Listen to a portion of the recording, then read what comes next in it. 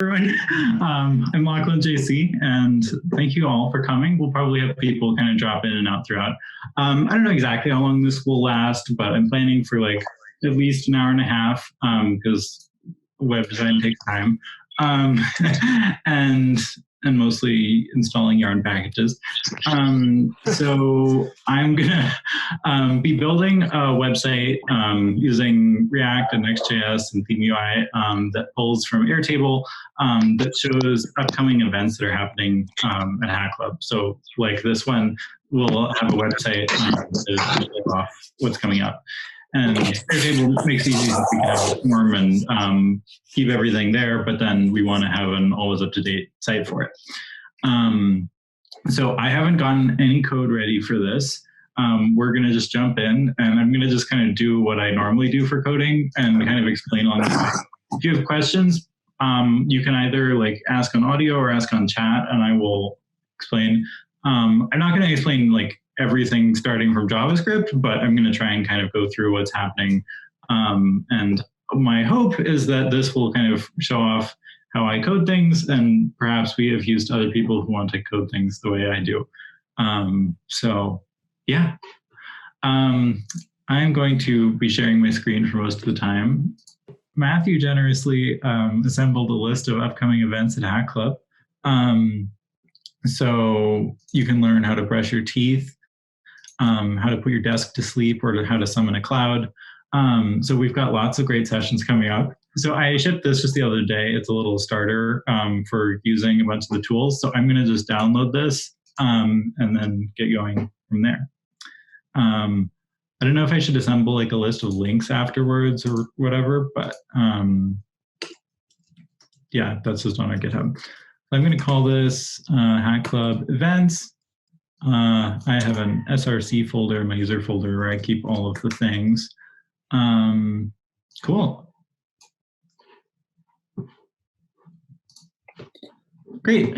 So we've got our basic Next, React, React DOM, Theme UI, and then Hack Club's theme and Hack Club's meta-tags package here. I'm going to just rename this, and then I'm going to run Yarn.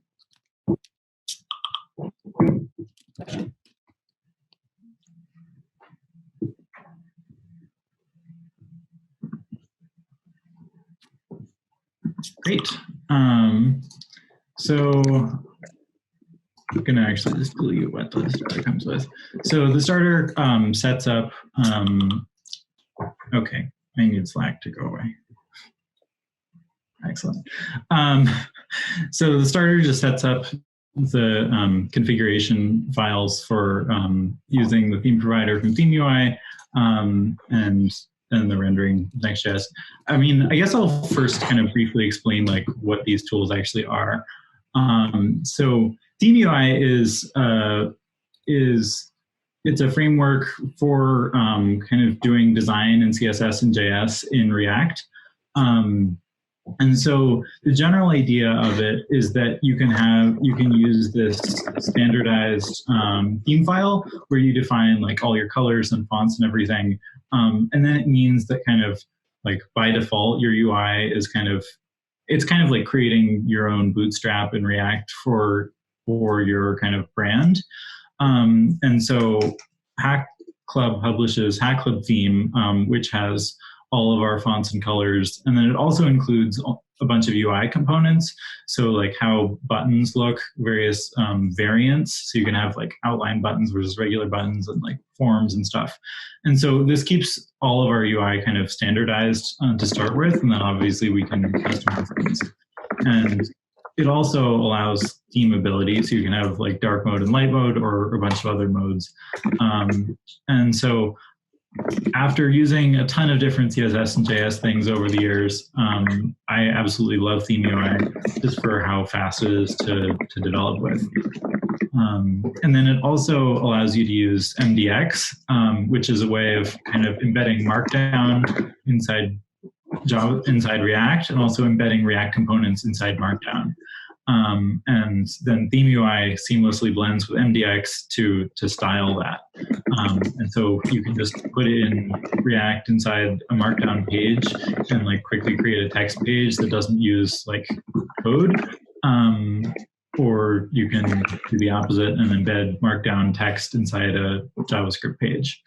And then Next.js is a framework that Zeit makes for making web apps with React. And so it just abstracts a ton of tools that in the past you may have had to use, like Webpack and Babel and stuff, and automatically applies a ton of really smart performance optimizations. And I find its developer experience to be just, the best. Though you can do a lot of what Next.js does with similar frameworks like Gatsby. But why I like Next over things like Gatsby is that Gatsby is constrained to only building a static site, whereas Next will make static sites by default, but then you can also just add a quick little function and switch a certain page to be server rendered instead of static. And so then every time a request comes in, it will be rendered on the server as HTML and sent down. And so you can make an incredibly performant app by having most of your pages be static, a few be dynamic, and all of them be server rendered. And then it also allows you to like easily add a kind of mini backend with its feature called API routes. We're not going to use those today, but we will be using the static site generation tools to pull the data. So cool. Any questions? Amazing. Cool. So I'm going to just kind of jump into things then. So the theme starter already has set up all of these tools, and it's not super complicated. So we can just get started and make our first page, and we can just do export default and do that, and then we can do yarn dev, and it'll start up localhost. We did it. So I included this with the starter, which is a theme switcher. And that's all it takes to make a new route is you just make a file inside pages.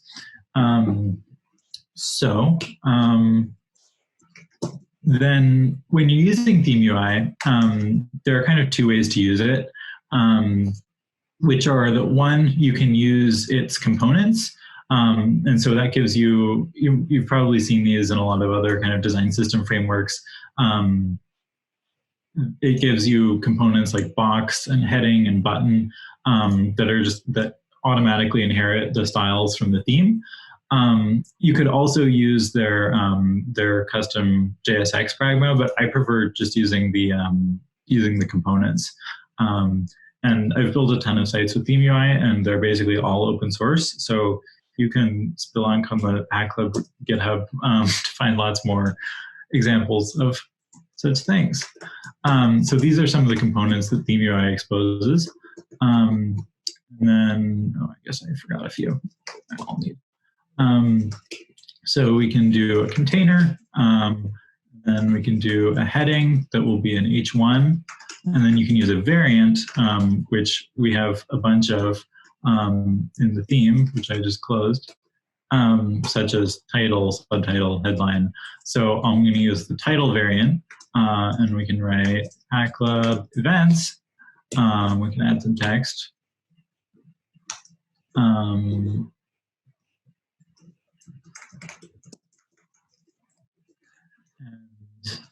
see if that is working. Fantastic. So cool. The first thing that we're really going to need to do is pull in the events.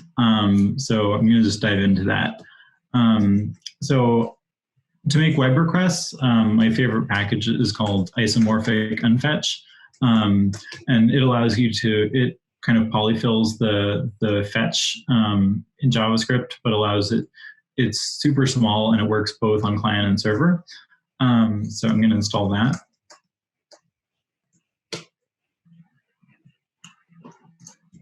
So then we can do import fetch. Great. I'm also going to install Lodash, which is just a bunch of utilities that we'll probably use. And so then to use Next static site generation, we can do get static props, make an async function, and then it's just going to return an object with the props.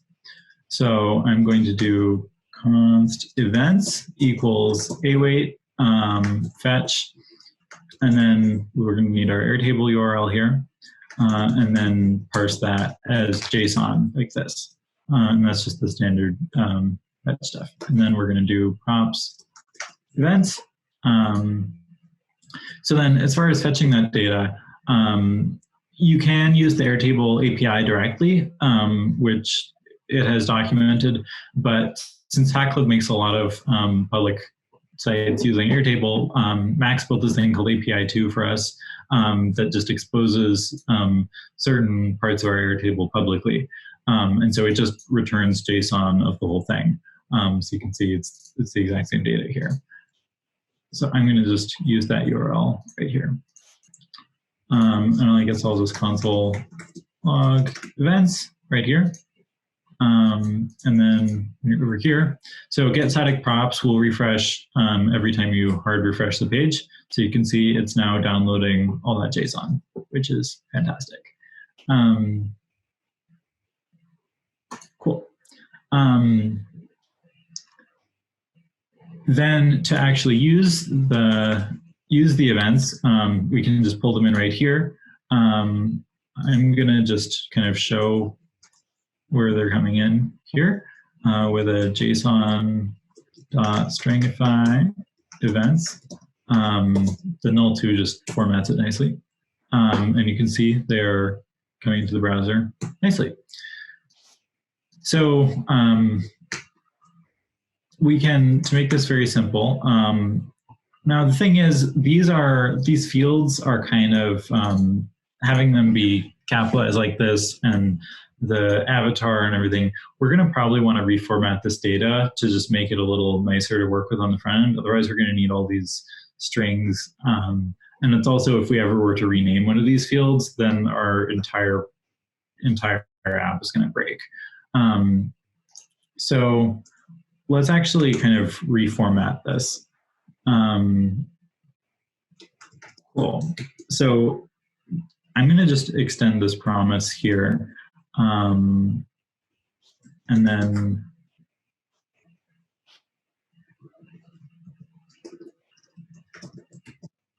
so what I'm going to do here is to map each event to a new object. And then I'm going to use destructuring here to get ID and fields. And then I've made a typo in here already, so that's great. Return that, and then this is my favorite. Okay, we're doing great. Oh, I got one extra. Okay. Events goes returns events.map. If anybody spots what's going on here, please let me know. Oh, okay. Oh, I'm missing parens here. Okay. Done this a zillion times, haven't gotten any better at it. Cool. So then we're going to just do like title is fields title. And then description, kind of the same thing here. This is going to be kind of ugly, but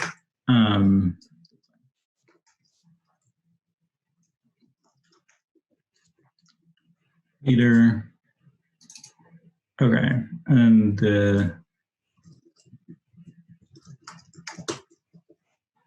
then the avatar is going to be a little more complicated because we need to look at the structure of the data coming in here, but we're probably going to need the, so it's avatar, and that's an array. And then I'm going to use optional chaining here, which means not to error if this doesn't exist. Thumbnails, small, URL. Great. So now let's refresh the page and see if, okay, great.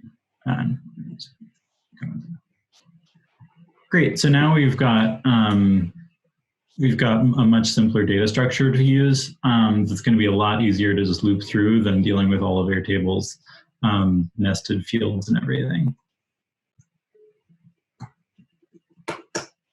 Great. Then actually just going to pull in a grid here. So it's a CSS grid. And you can do columns. And then we're going to give an array, which means like mobile, tablet, desktop media queries, which are abstracted by ThemeUI, 2, 4. And then this is the grid gap, 3, 4. And then we're going to loop through each event. And then we'll render an event component with all of those props for the spread. So then we're going to make an event component right here. And that has ID, title, description, leader, count, avatar. So this trick allows us to just transfer directly all of the fields that were on event directly as props. So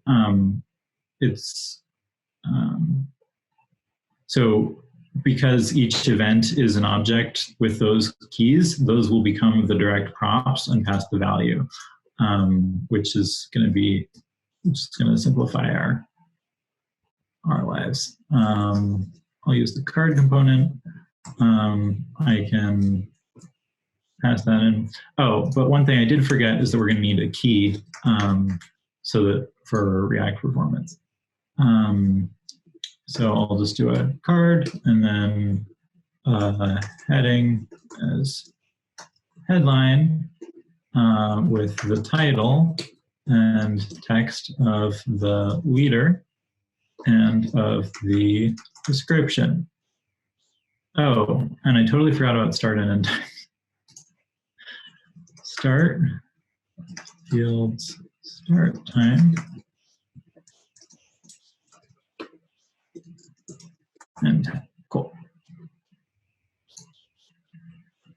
Start, end.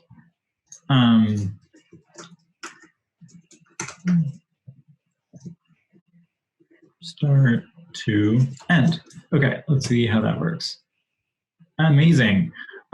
So we've already got kind of the basics of what this site is going to end up being, which is a list of events. And if that's all you need, then we're there.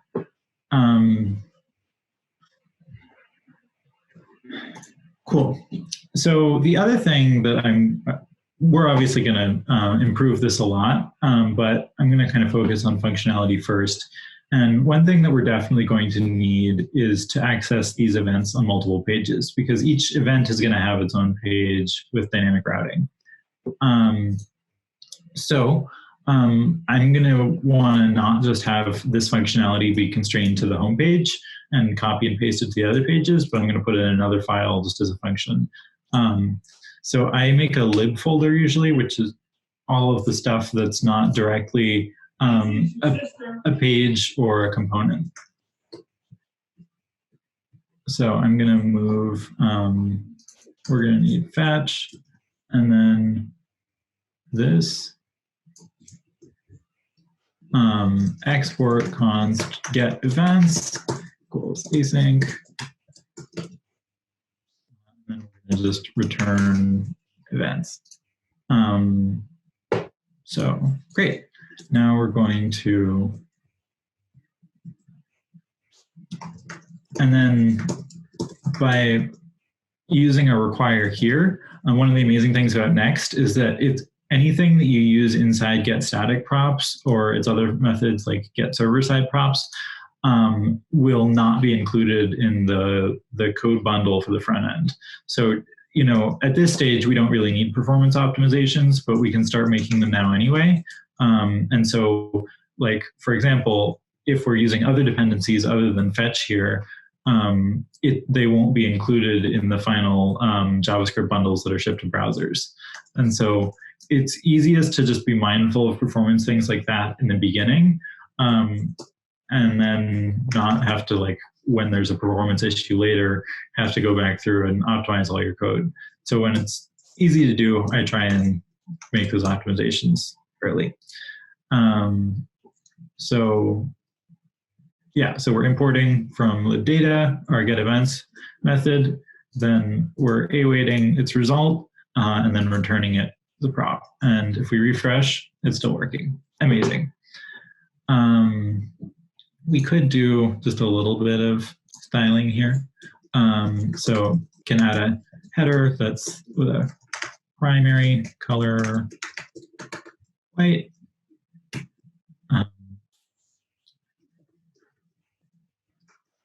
Add that in there. We can just add a fragment here, which will allow us to return multiple components at once. Okay, let's just start. And so then this SX prop is the real magic of Theme UI, which is that we can use a component and then we can give it our own custom styles. So BG primary, what that's doing is it's setting the background color to the primary key of our theme, and then it's doing the same thing for color. And so we don't have to import our theme and like do, you know, theme.colors.red here. We can just specify this color, and it can even change in dark mode what it is. So I'm actually going to do that. I have a color called sheet that changes in light and dark mode versus primary here. And then we'll do like PY, which is vertical padding, is 3. And that 3 is actually coming directly from our spacing scale of white space. And so I don't need to say, you know, this is like 20 pixels versus 25 pixels. We just have a fixed set of spacing increments. And it's a great way of making your designs look really polished and lined up, is using these scales of font sizes and colors and white space, because everything just kind of magically lines up and locks in. And so whether you notice it or not, it just kind of makes your designs look sharper. Great. So let's see how this is going. Okay, and then let's center that. Text align. And then one of the other absolutely indispensable tools I'm using here, kind of behind the scenes, is Prettier. And if you don't have this enabled in your code editor, you should get it installed immediately. And so if you haven't used it, Prettier will automatically, every time you save a file, like parse all the JavaScript and then reprint it out in its standardized formatting. And so it means that you can write, you can make like all kinds of formatting mistakes, and then every time you save, it'll just be perfect. And so your code is easier to read and looks more polished when it's on GitHub and stuff. And you don't have to spend any time indenting and outdenting and dealing with all of that.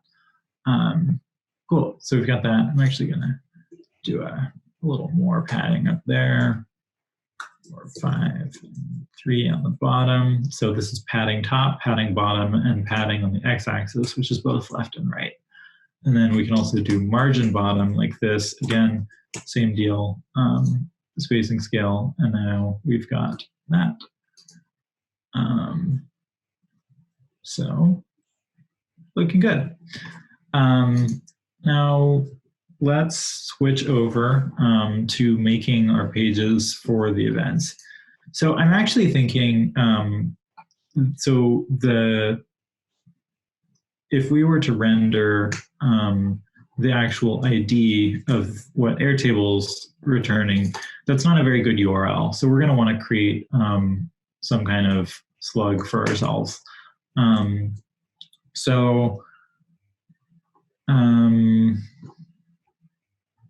Okay. I'm going to, there's a great package called GitHub Slugger, which just uses GitHub style slugs, which are kind of kebab case. But it'll also deduplicate, so you'll never end up with identical slugs if two events are named the same things.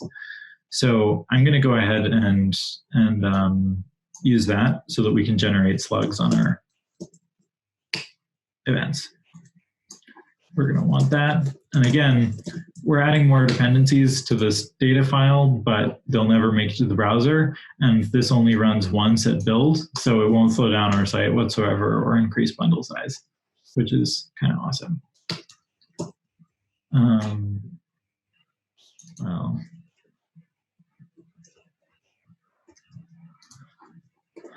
Slugger equals new, and then we'll want a slug here, which is going to be slugger. I think that's how this works. Slugger.slug fields title. Now, again, we'll need to refresh in order to see it. Oh, I didn't render it. But we can just look inside the data that Next is passing. Oh, this is a mess. Sorry, I won't make you do that. And we can just put the slug right there for a second. Oh, look at that. We just need to accept that as a prop. So we now have starting a country as that kind of, this will be like events.hacklib.com/starting a country. So fantastic.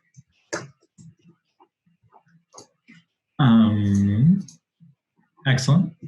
So then let's finally make the page for that event. So we're going to need, with Next.js, we can just define in brackets slug.js, and all of a sudden that's a dynamic route.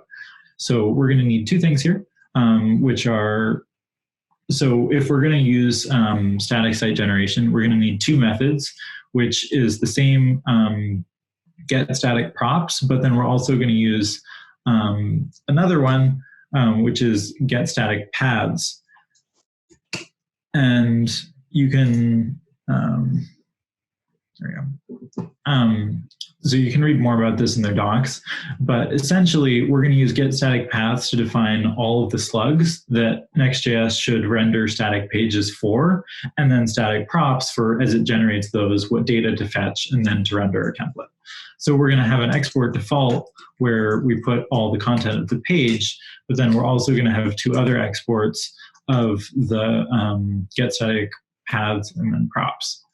So get static paths, which will again be an async function that is going to return this time paths.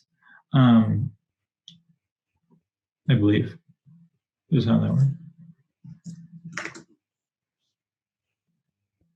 Yeah, which is going to be an array, and then we'll do the same thing for props here. I'll just put in H1 here. Cool. So we're going to actually use the same line here to get events. And then we're going to use, so we'll do const events. It's a little bit duplicating, but that's going to be fine. Get events, And then we can do slugs equals, I love the map function from Lodash because it allows you to just do map events and then pass in a string of the property that you want. And so that's going to return an array of like starting a country super simply. And so then our paths are going to be slugs.map. This is part of how Next works, is that then it has to return an object with the URL params being here. So I'm going to just write this for 1 second, and then I will explain what's going on here.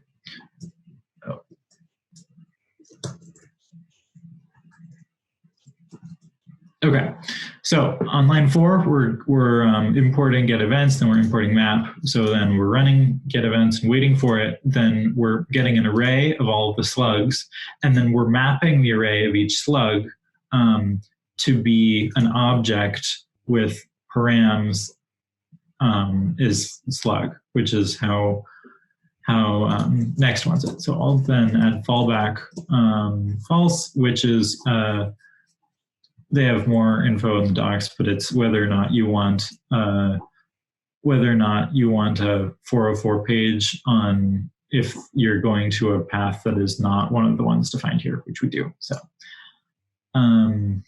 same thing here. We're going to get events, but this time instead of mapping out the slugs, we're going to find we're going to find the event from all the events that is, we're going to find it by slug. So event is going to be find, which this is all in the Lodash docs, but hopefully pulls up here. Events where the ID, where the slug is the current slug variable, which we are going to get here from, I need to check the docs. No shame at all.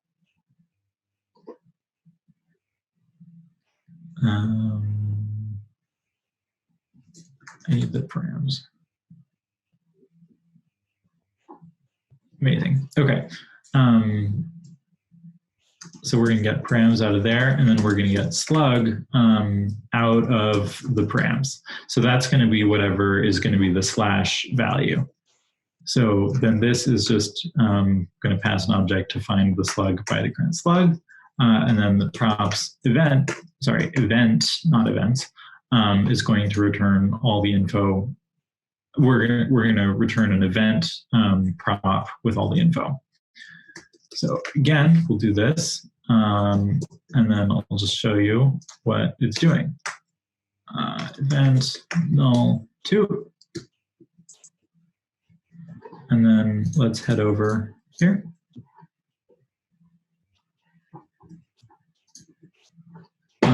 So we don't have any links to it, but I'll just go to starting a country here. And it is returning the event of that. And so if we were to use next build command here, which is going to be to export a static version of the site, you can see that all the functionality we just wrote here is working correctly when it shows all the pages it made. So we have a slash page, which is showing is statically generated because we're using get static props, and then all of the slash pages for all the events. So we have slash red, slash starting country, slash logs, etc. So these are all going to be statically generated every time the site builds. So I'll go back to dev, but we now know that we've wired those things up correctly. So we're going to want to head over back here, and then we're going to want to link to these pages. So we're going to import the link component from next link, and then we're going to wrap the card with a link. And it's going to be and it's going to go to slash slug, and it's going to do that. And then we're going to use the pass href attribute here, and then turn the card into actually a link tag. So this is not rendering an A tag. It's going to pass the link functionality onto the card. And so now if we go back in the browser, I hope this works. Yeah, these are links because it's getting all this text decoration. You can see that, oh, did I use it? Oh, I used very amazing. Great. So if we inspect element here, we can see that we now have an A that is going to these pages. And the amazing thing about Next is that it's not just what an A tag does in the background, except that it's actually prefetching these pages. So as soon as you're, it used to be that you were hovering, but I think it's now just as soon as it's on your screen, it is in the background prefetching these pages. So when you click the link, it's an absolutely immediate transition over because it's already loaded all the data in the background and it just has to render it. And so you could use an A tag yourself, but by using Next link components, it can do all kinds of smart optimization for you. Great. So now let's design a simple page. So we're going to want a container, we're going to want a heading, text, we're going to use an avatar, we're going to use Flexbox for that. And we're going to want a button. So I'm just going to import those, and then we're going to add here, container, heading as h1, variant title, and then we can do event.title. Then we're going to do text variant subtitle. So the title and subtitle are coming from the Hack Club theme, which you're welcome to use on your own projects or to overwrite, and it has docs on the theme starter on how to do all those things. We're going to do color muted, which is a gray color, with the event.start to event.end. Now, these are still the ugly times there. We'll deal with date formatting momentarily, but that's always a nightmare. We're going to want our flex component with align item center, which is for vertical centering. And then our avatar component, these are all from ThemeUI directly, with our source to be event.avatar. We're going to always provide alt text, which is going to be the event.leader profile picture. And then our size is going to be, that's going to be kind of small, but whatever. And then we're going to give it some styling, which is MR2, so margin right to. Then we're going to use text as span, variant caption should be fine, with the event.leader. And then we're going to do text that's kind of bigger, so we're going to use 2, 3 for event.description. Okay. Let's refresh that. Okay, we've got a start here. We have an avatar, and name, and title, so could be worse.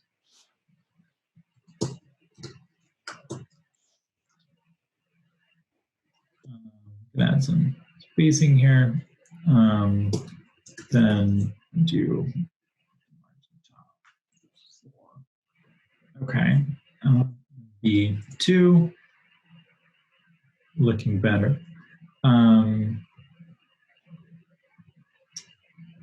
then I think actually at this stage we should probably add a nav bar with the back and including the same there, because otherwise if you share this link with somebody, they're going to have no idea what website this is. So I'm actually going to phone home here, or whatever the expression is, and I'm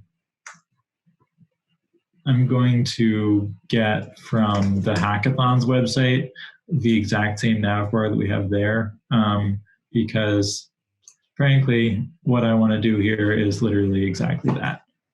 So I'm going to I copy code from project to project constantly, and we're going to continue in that grand tradition right now.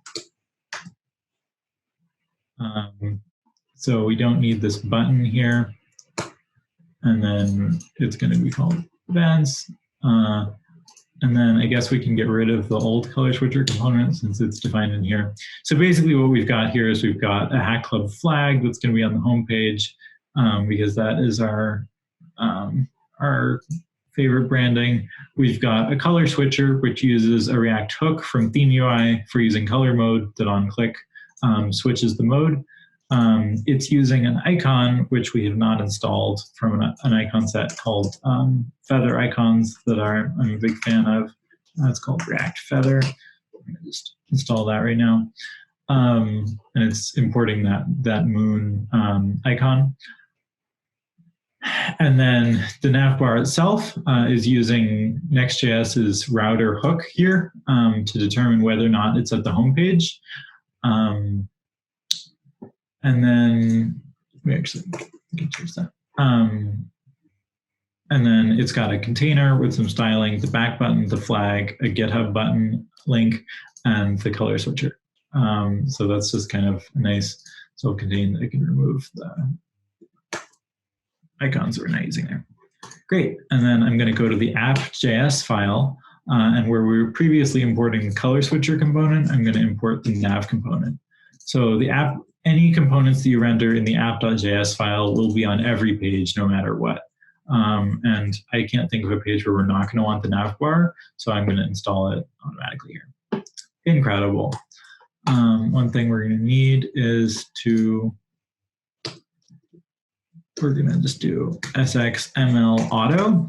And so this is a flexbox container. And so if I set margin left to auto, it's going to automatically go to the right side. So we've got a link to our repo, and we've got a theme switcher button. So, and the Hack Club theme will automatically use dark mode if your system is in dark mode at the start, which is pretty awesome.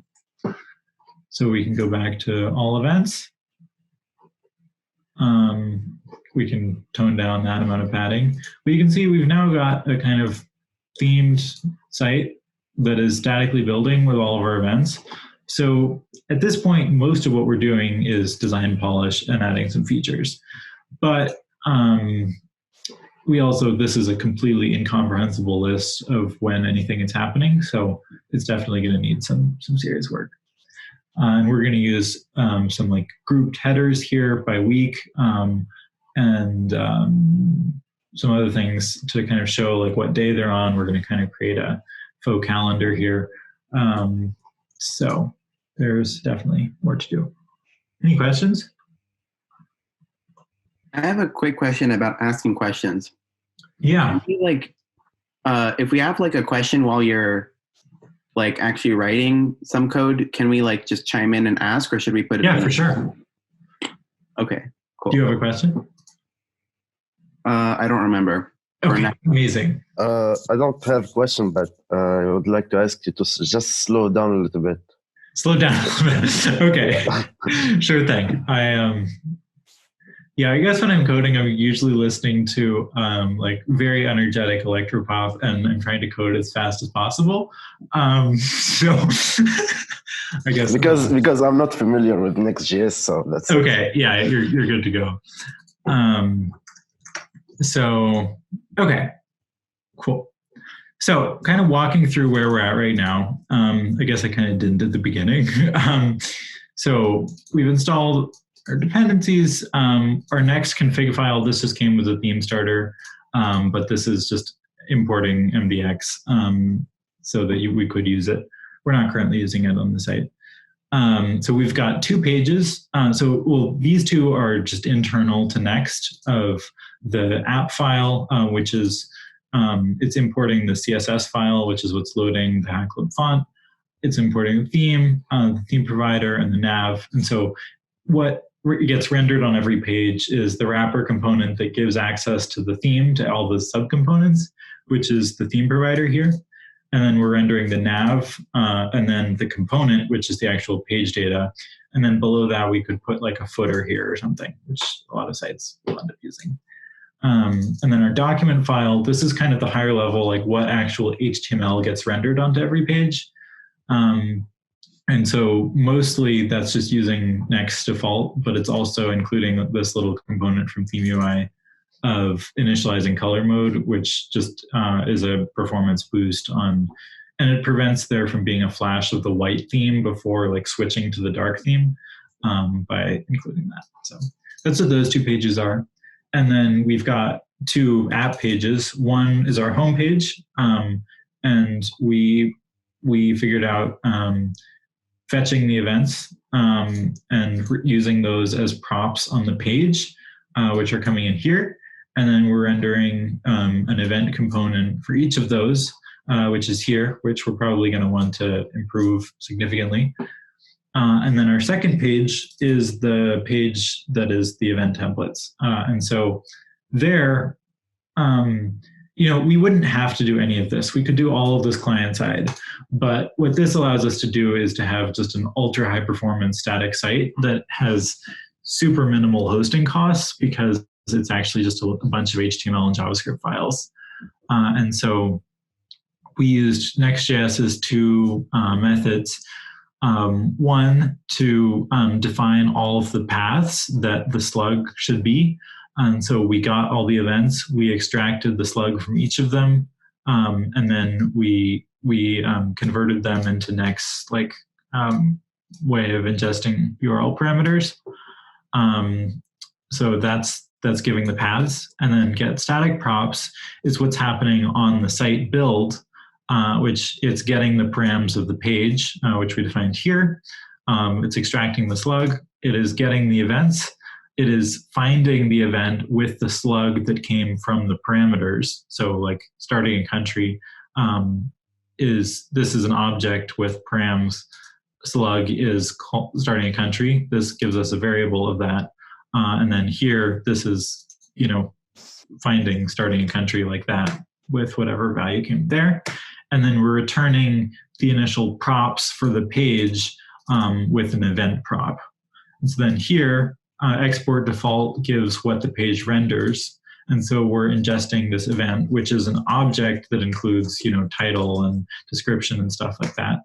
And then we're rendering a bunch of theme UI's components, such as the container that's kind of giving these inset, and then a heading. This is Flexbox. Then we're using an avatar, some text, and that's all we got so far. Did that make sense to everybody? Any questions? Matthew looks happy. Good news. Okay. So I remember one thing we did include on the on here is that we have a calendar link. So I'm going to go ahead and add a button to add this to your calendar. And that is going to just be an A tag that's going to go to event.cal. And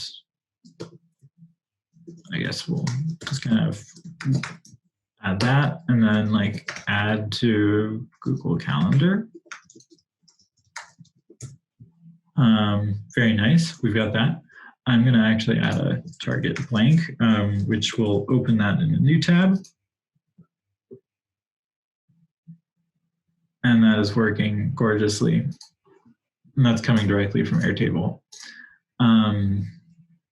Then I guess we could add an icon to that button. That might be nice. So I'm going to go to Feather Docs, Calendar. Great, this is called Calendar. So we're going to import Calendar from React Feather. And then we will that icon there. Okay, that didn't look great. We're going to use Flexbox again for vertically centered. I'm actually going to switch that to inline flex, which is like an inline block of flex. Very nice.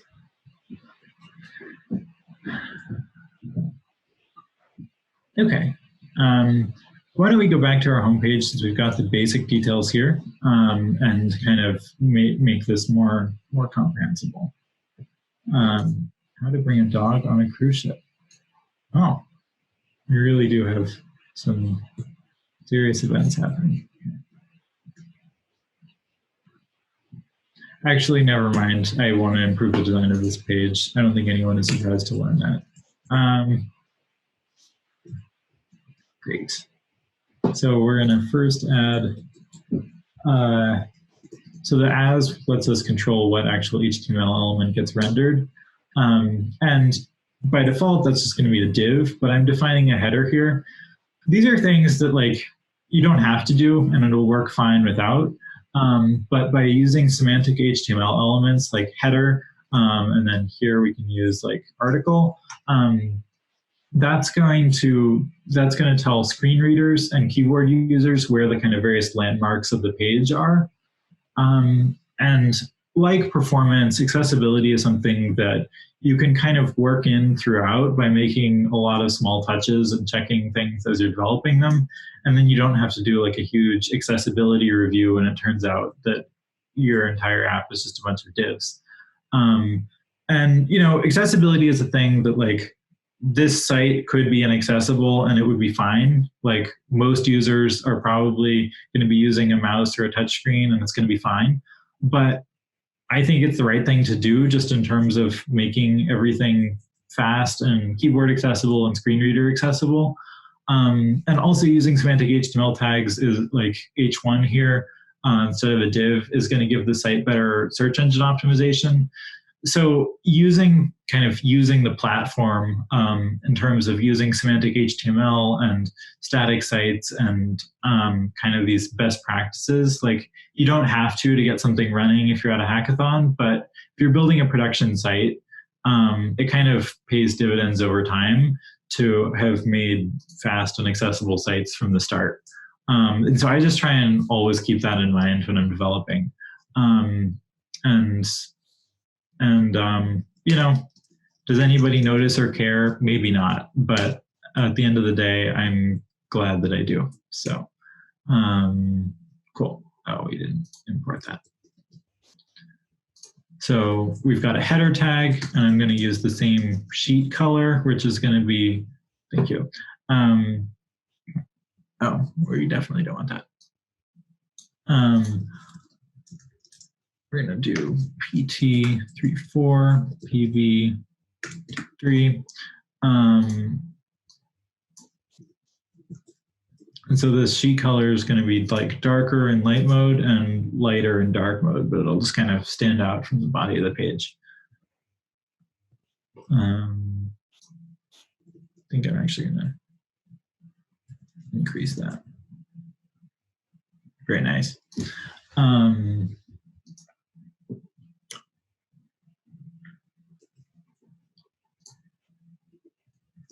going to do more text here, variant caption on event by, and then I'm going to switch this to be X. And then I'm going to move that below there. Hello. Okay.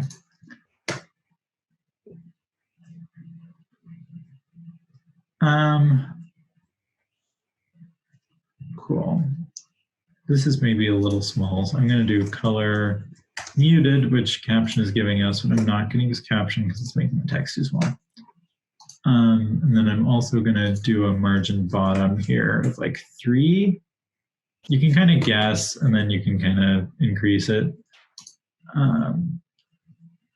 which font size 2. Okay, that's a little clearer. Excellent. And then this text is super wide right now, so I'm going to add a, so we've got this container that's going to be centered on the page, which means this is Safari's responsive design mode, which I use constantly. Chrome has a very similar thing. So the container is going to make it so that it doesn't span the full width of the page if you're on like, you know, an iMac screen size. And if you're on mobile or a mid-size, it's going to add a little bit of space on the left and right so that the text isn't jutting onto the edges of the screen, which is going to look a little more gracious. But then I'm going to actually nest another container that's going to be called copy, which is what we call like having text. And I don't know if we're going to want that centered or not. You can kind of see. What if we text align center here? Oh, and this isn't working here because we're using Flexbox. And so it's going to be left aligning by default. So we're going to use justify content center here. You can see Prettier is just formatting these throughout, which is just fabulous. So we can kind of test how this is looking. I think it's looking pretty good. I'm actually thinking I kind of want to do like a little calendar, like big icon with the date right on this page. We don't have that much content, and so I'd love to kind of spice this up with something more interesting. So this is going to require a little bit of iteration. So we're going to use border radius, extra. So this is, these are, again, all these strings that are giving nice values are all coming from the theme. And so like one of the keys in it, it has line heights, it has font weights, it has sizes, where we use like copy, which is a width. We have radii, and so like extra. There are shadows for cards that we're using on the homepage. All this stuff is defined in our theme and allows us to make standardized UIs really quickly. So I'm going to do border, like 4-pixel solid. Border color is going to be primary, I think. That should be fine. And then we're going to do another box that's going to be BG primary. So what I'm looking to do is kind of make a kind of like the Mac calendar with like a header that's going to be red, color white, text. Oh, I guess we're going to want that on here. Text align center. So I'm going to kind of do the best I can with like what values I might need here, and then we'll tweak it in the browser. Okay, so we've come to the time of date and time formatting, which is just an awful topic. So I'm actually going to switch in the data file. I'm going to convert these to JavaScript dates right here instead of just the strings that Airtable is returning. And what hell will be unleashed by that, we are yet to discover. I think there's I haven't picked out a module, but I've heard of TinyTime, so I might try this out as just being an easy way of rendering time. Great, this looks exactly what I'm looking for.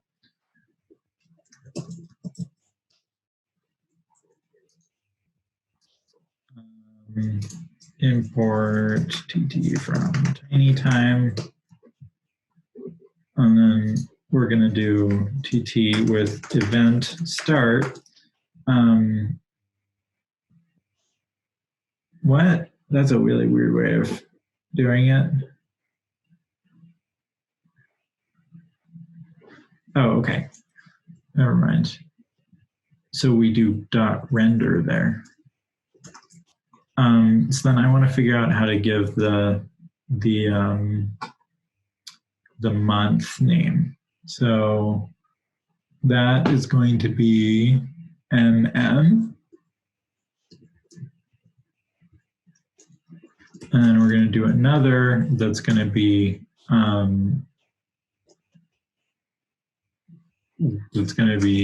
color of text, and it's going to be font size. We're going to actually have to amp up all the font sizes here for the kind of design I'm going for, but let's do it big.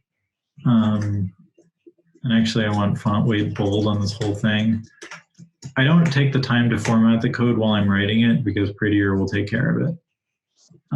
TT, and then we're going to need the day, numeric month, day, So dd, same thing, dot render event dot start here. Okay, let's try that out. Gorgeous. Oh, because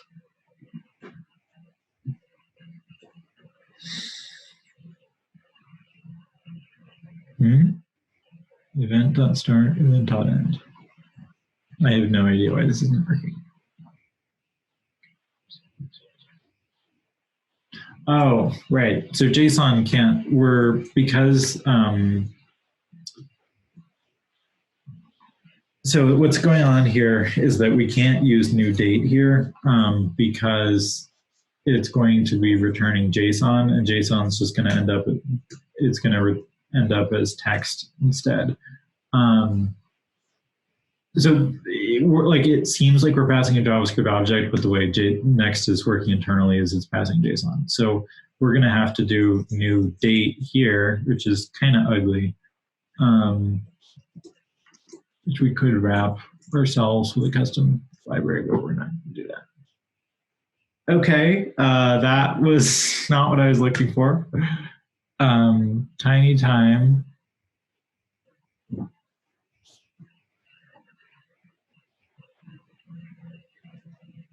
But that seems like exactly what I want. Oh, it needs braces is what it needs.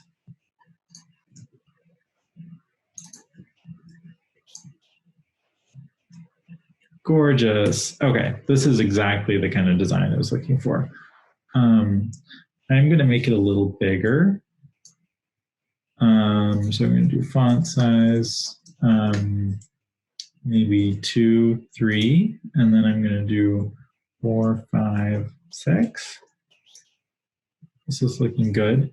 And then I'm going to change extra to ultra on bigger screens. So this is what I'm looking for. And I'm also going to, I think, reduce the line height here a little bit. Line height is going to be, I need to actually look at the theme all the time to remember line heights. Subheading, sure. And then this is going to be width like 128 or something. I don't know. We'll see. Pretty good. Pretty good. So we can kind of see on mobile. Okay, it's a little too big. So we'll do like 96, 128. Again, so this is, if we look at the actual CSS that Theme UI is generating, it's generating a regular class with all of these regular styles.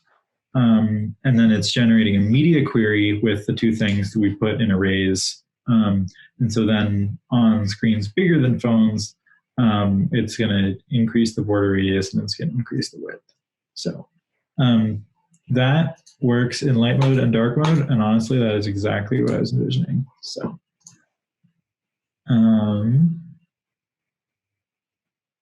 I think a cool design here might be to kind of use 2 columns here, and then the calendar will be on the left, and then all the text will be on the right. And they won't be even columns; it'll be mostly there, but this will be kind of right aligned up against the content. So I'm going to actually use grid right here, grid gap 3, 4.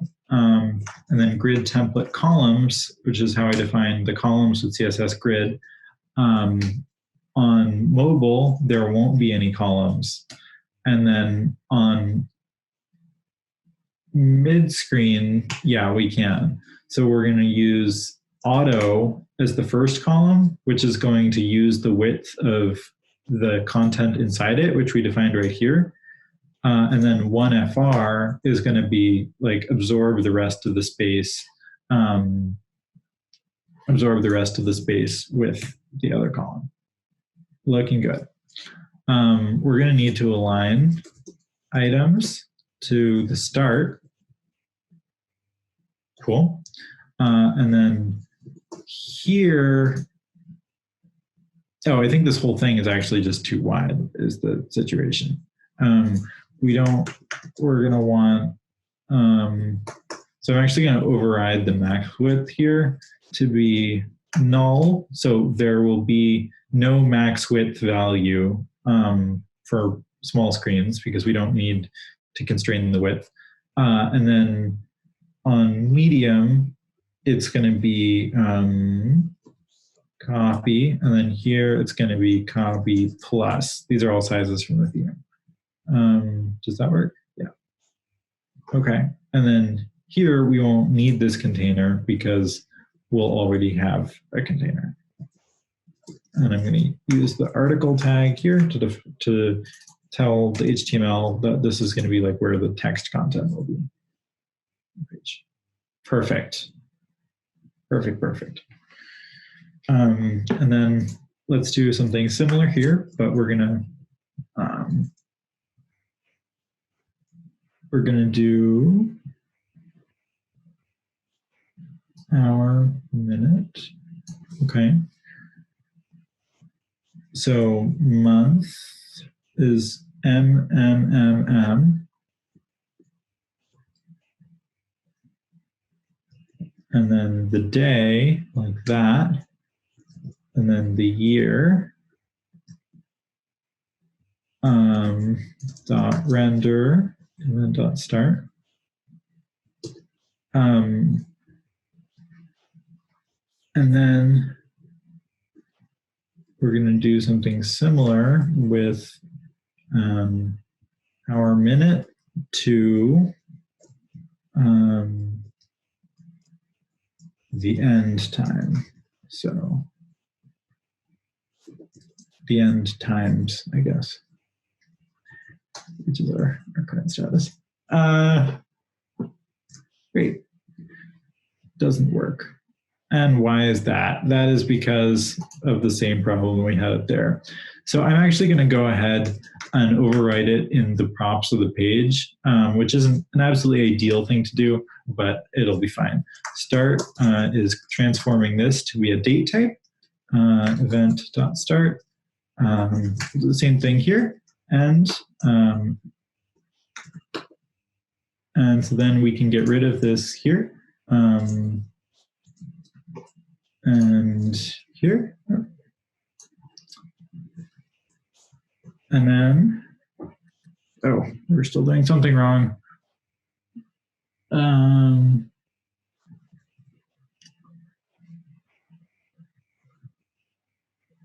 Oh, okay, never mind. We couldn't do this because of the exact same problem that we already ran into.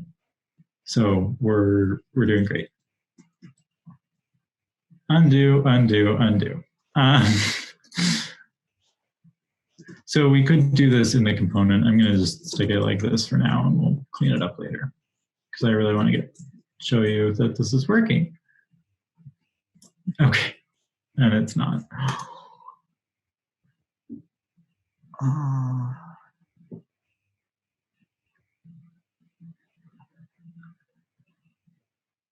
You need to use I think it's on line 62.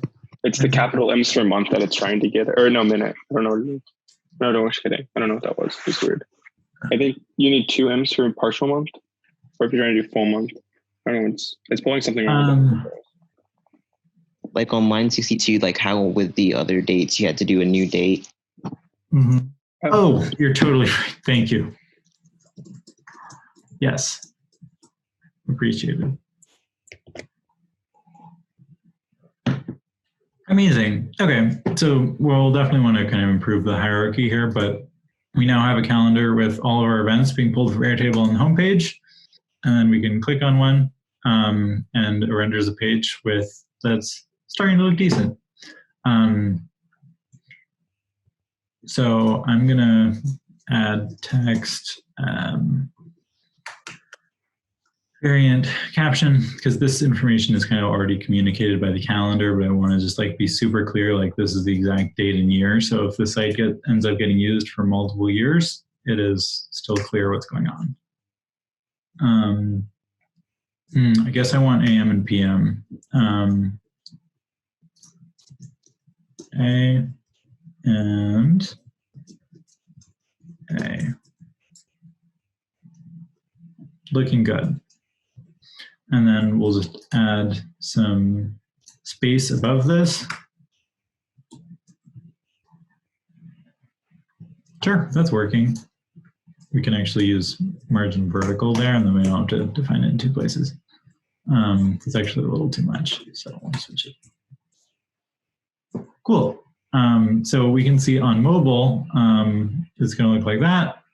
On mid-screen, it'll look like that. On widescreen, it'll look like that, which I think is pretty good. So now let's kind of do a basic calendar here. The thing that's annoying me most is this text decoration, so we're going to get there. I think I'm actually going to split this out into be its own component and its own file, just so that, just to kind of separate things. So we're going to do event here, and then we're going to want to export default event. And then I can remove what we're not using. There. Sure. Got that.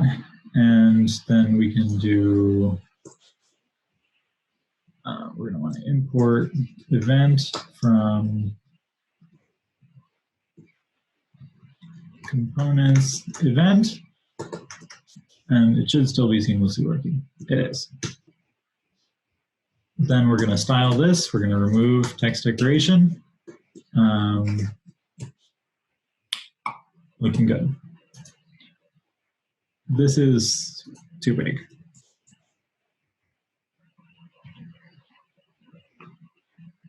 Now, I'm seeing some kind of visual glitch here, but I guess that's... Okay, it's just the browser messing up. Sometimes the browser messes up. Let's reduce this. So I'm going to set the padding to be like 2, 3, which I think should be a little less. Yeah, there we go. So we're going to want to group these. I mean, I guess we'll first kind of group them by month.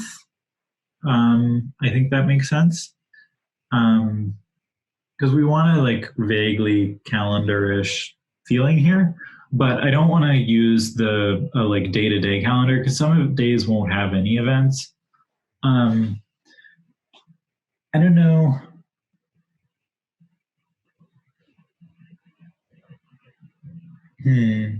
So I'm envisioning that we're going to have headings here of like April 2020 right here.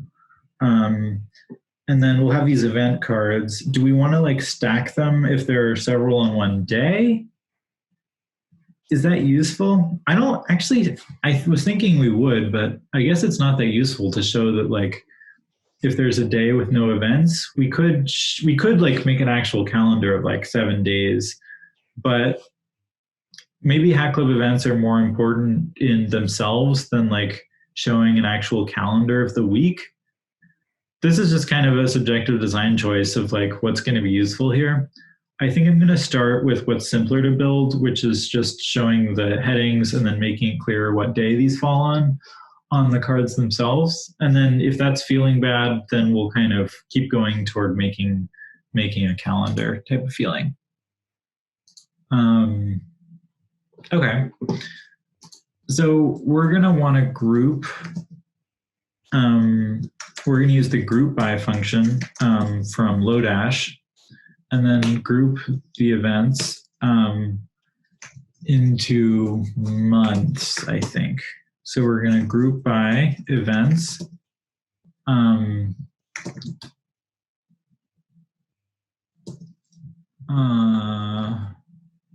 So the actual stuff that's coming in is actually, we're going to want to group by the first 1, 2, 3, 4, 5, 6, 7 characters. Should be fine. So we're going to need to do, oh boy, e.start. I think substring is how you do this. I don't know. Substring. Well, no, I guess on JavaScript. Substring, or is it slice? Slice. I think it's slice. Slice.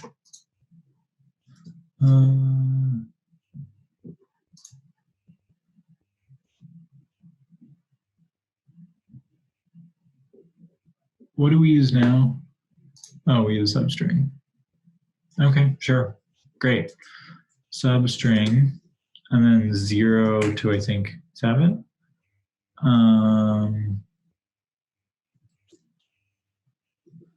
Oh, I forgot an equal sign. Cool. So now we're going to just kind of see what months is returning. Honestly, I'm going to do the exact same thing here. JSON.stringify months null 2. And then I'm going to not forget to show months right here. Get months here. Okay, so now Lodash is going to be grouping these. So it looks like we actually only have 1 month. I'm going to just go ahead and change that in Airtable so that we have something in another month, because otherwise there might be a problem with like sorting the months. So I'm going to just go ahead and change that to be on May 1st. And this is going to be on May 2nd. Because these may not be in the actual order, and so we're going to need to deal with sorting them. So we now have 04 and 05. Fantastic. So this gives us an object with keys as the labels and then the arrays. So we're going to switch from using events here to using the months. So events.map, sorry, not events, months.map. And then it's going to be, I think it's going to be our key, and then it's going to be the events. I think that's how that works. We're going to find out. I might be wrong. And then it's going to return this, which is going to be, we're going to use a fragment because we're going to need a heading here, variant headline, with the key, which we'll format later, and then our grid. Container, months, map, heading. Okay, let's see if that works. It does not. Months. Don't need that. Why is that not working? Months.map. Ah, right. So we're going to use object.keys here to get an array of all of the months, and then we'll loop through them a little bit differently, which is that we're going to do months key here to then get the events, and that should work. Great. So we now have 2020, 04, and 05 right here. We're going to add a margin bottom here so that there's some space between them. Looking good. And then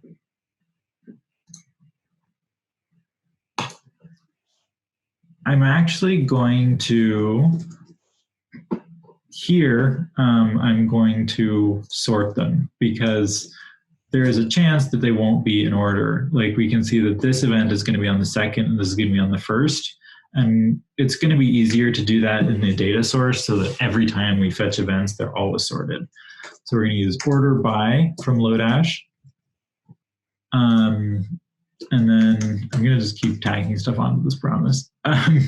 Events is going to return order by events start.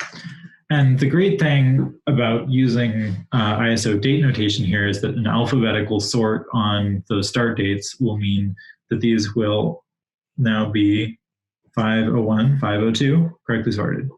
So that makes everything easier. Great. I'm going to make these red. Color primary. Looking good. But I would like to use like May 2020, well, April 2020 here. So I guess we're going to need tiny time again, which was probably going to be no less of a nightmare. Tiny time. So we're going to do TT, and then it's going to be year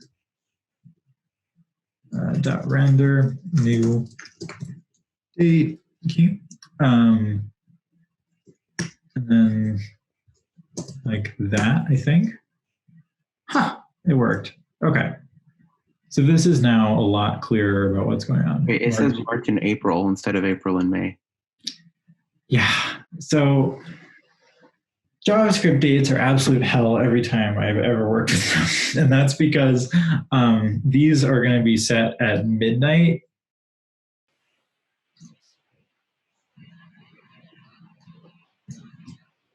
Okay, I'm just going to do this for now.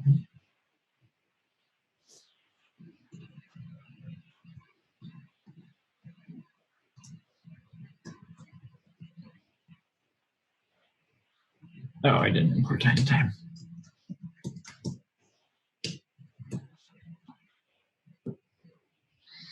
Okay. 1, 2, 3. Going. Well, that really is the thing, isn't it?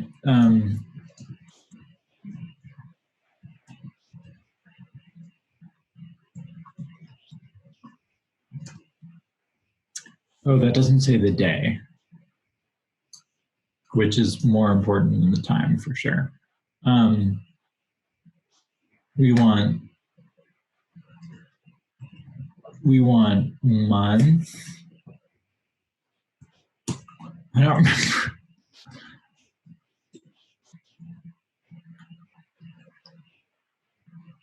I don't remember minute, seconds. Oh, this is 90 day, which we're not using. Or there. Partial month. September.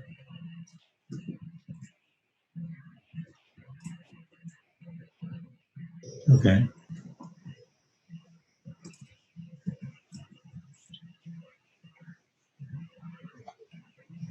Oh.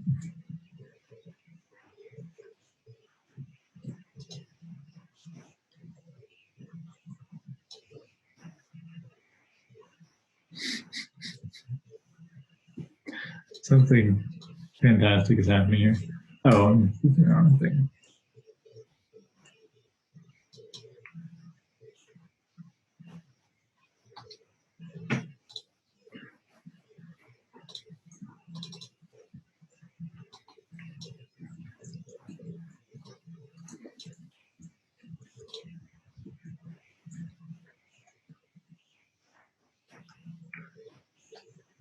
So ideally, I would like, oh, okay.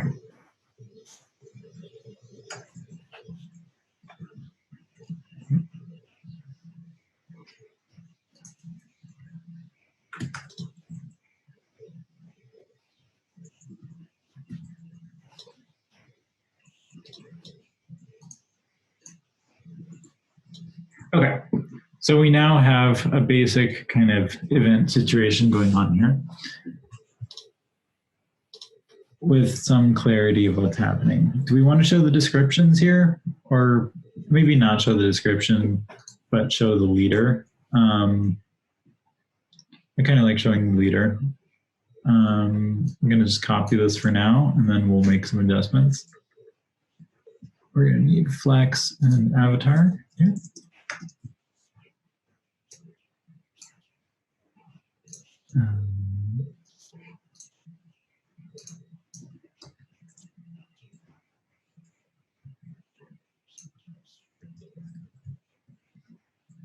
Event.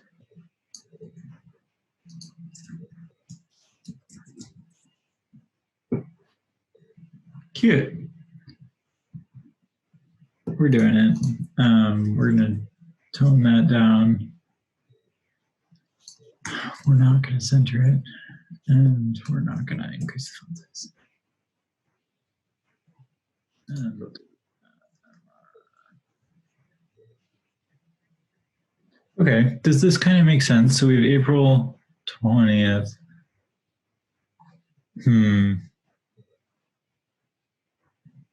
Not loving this though. It's not super clear what day it is. And there's also definitely too much red here. I don't know if we want to color them by, do we have any categories? I guess not in our current data set. we could just make them rainbow, just like loop through the colors. We could, but like just right now it's kind of too much. So I guess I'm going to, maybe I'll put the date above them, like April 13th and kind of gray text right here. It might also help with spacing. That way you don't have multi-lined color things. All the colors look like they're the same size. Yeah, it's true. So maybe putting the heading here was a bad move, and I'll move it back below. And I'll try that there. It's remarkably hard to read. So I guess I'll add make this bold. And then I'll duplicate that and I'll make that.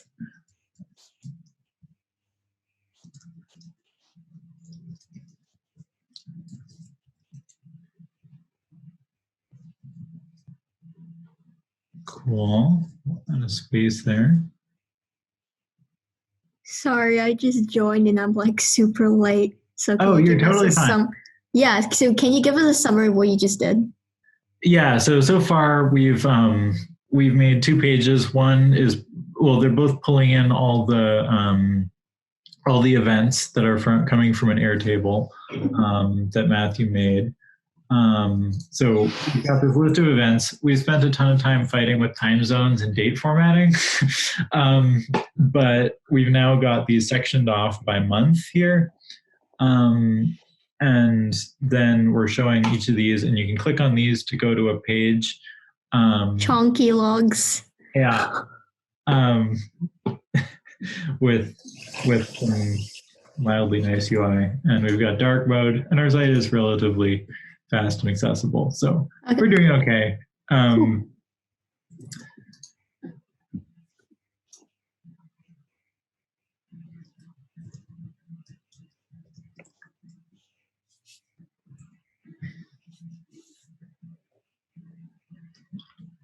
Okay, very good.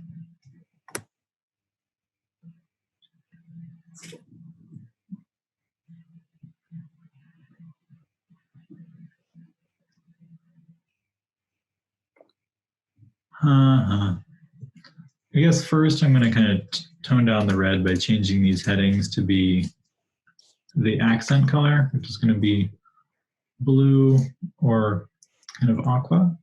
I'm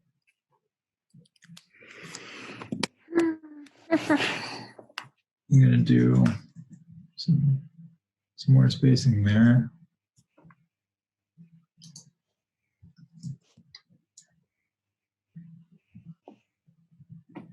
Cool, I'm going to tone down this. Everything is tweaking. Okay. We've got to start. Honestly, I'm inclined, now that we have a fully functioning site, I'm inclined to deploy this now, and then we can keep making refinements, because I want to show kind of the deployment process.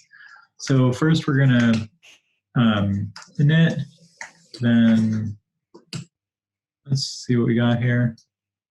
Looking pretty good. Oh, I guess I should add a README here. So at club events, and it's going to be at events.hackclub.com. Oh.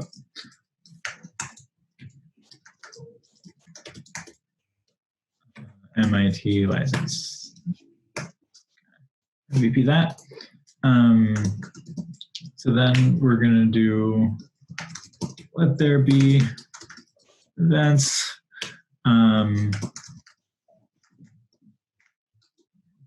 I already made a GitHub repo right before this, so do events and then master. Great.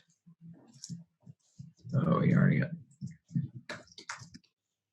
So that's live, and then we're going to set up now. Yes. Hack Club. Nope. Events. Yep.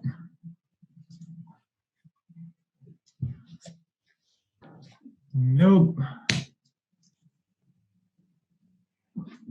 And then we haven't even left our command line, and we have, it's almost done building our site live. So I'm going to head over to the site dashboard while it's building, and I'm going to go ahead and add a domain, which is going to be events.hackclub.com.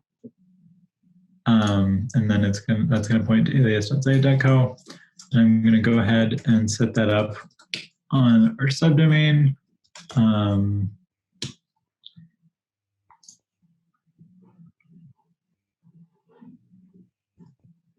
These are editor, EMO, and right there. Great.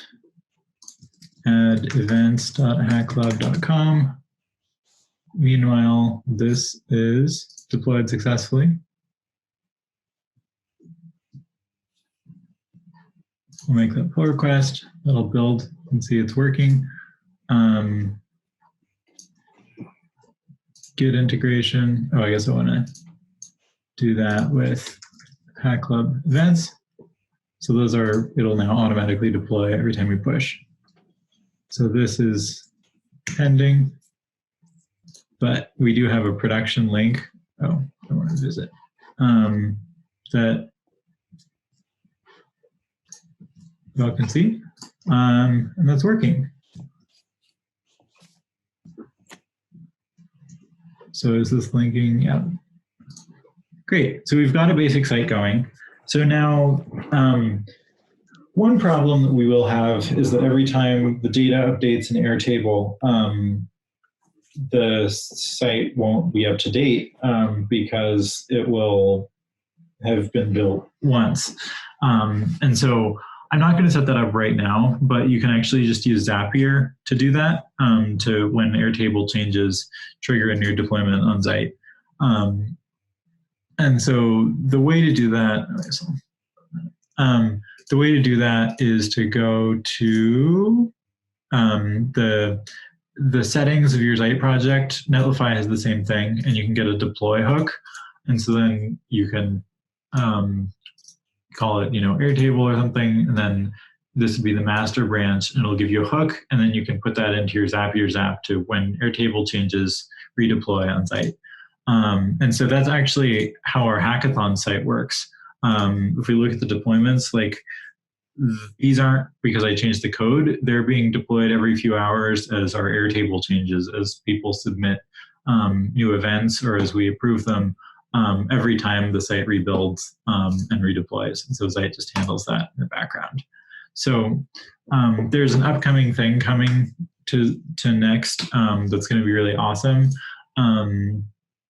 That will, let's see, it's called incremental static generation, and it'll allow you to bypass all that by just passing a revalidate option. And so then every time the site gets hit, it will serve the most recent static version of it. But then if it's been, so here, if it's been a second since the last request, it will in the background check if the, it will rebuild just that page and replace its static cache. And so it'll allow you to have always super fast static responses, but also up to date without doing tricks of rebuilding the entire site every time one piece of data potentially changes, which is pretty awesome. So that's coming soon to Next, but that's not available for us yet. Cool. So we've got this deployed. We've got it on GitHub. This is working, so we can go ahead and merge that.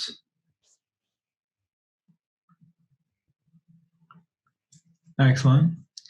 So it'll take a second, but it'll then be at events.hackclub.com. Okay, that's a very big error. Okay. It'll just take a second for Zeit to create the SSL certificate there, but that will happen in just a second.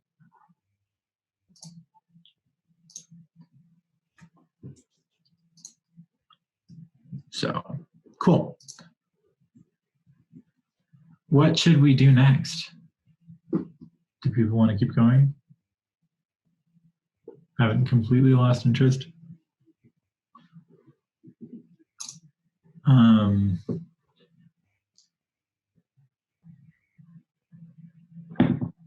Any feature ideas, improvements to make?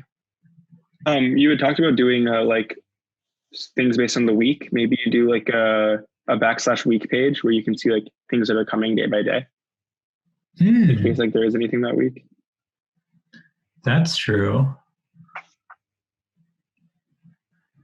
Okay, cool. Or we could just show that like right at the top, like this current week of the next 7 days, but then show all the other events. Yeah, you just have to, I don't know if you want to like filter those out then. I mean, I think it'd be useful to have both, I guess. Have them twice. Yeah, that's not a bad idea. That seems fine. What do you do with events that have already happened? That's true. They will just show up here forever. So I guess we could switch the red to be gray if them by the date. past. Aren't they also? It's going to appear with the most past event at the top. Like if we add an event in Airtable from like April of 2019, won't it appear before the April of 2020? Yes, it will. Yeah. So maybe you filter out all prior months and filter finish events in the month as gray. Yep, that seems like a good solution. Okay, so we're going to make a little past. Give it a time. And then if new date,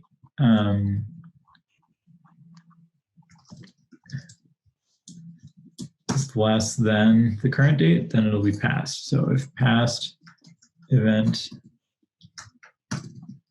dot start, then it'll be muted. Otherwise, it'll be primary. And I'm gonna switch over to Airtable and set. This is the earliest one. I'm gonna say that this event happened last week.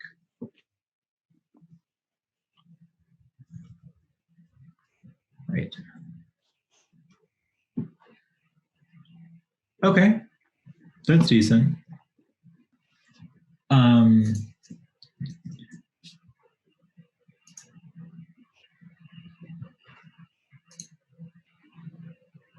Then months that are past. Okay, that's going to be a little bit trickier.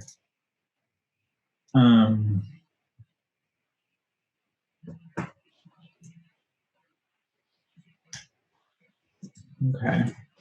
So I think if we do new date to ISO date string, is that how that works? No, it's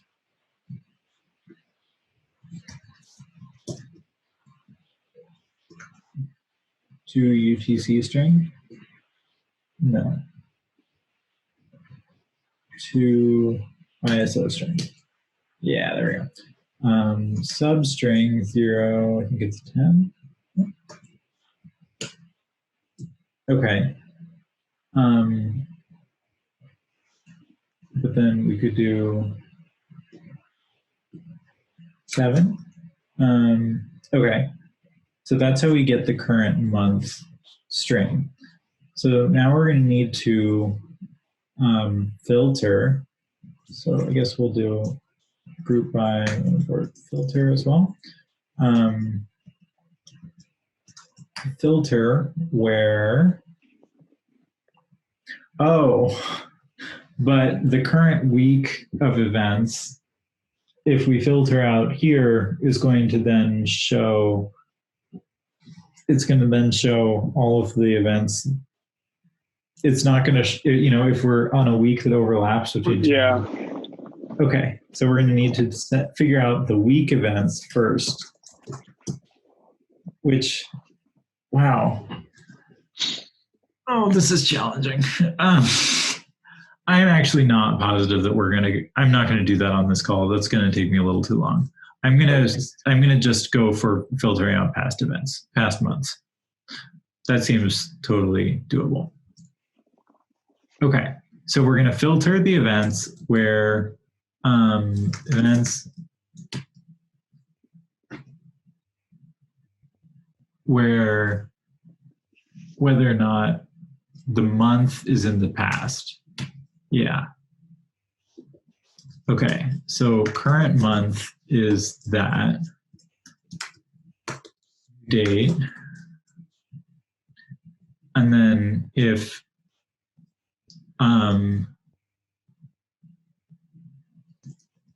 No. Okay. Oh. wow, we did it, folks. Okay. Yay. That was okay. So I'm going to add a comment here. Filter out events from previous months. Ah. Look at that. We did it. Okay. Hooray! So easy, so clear. Handle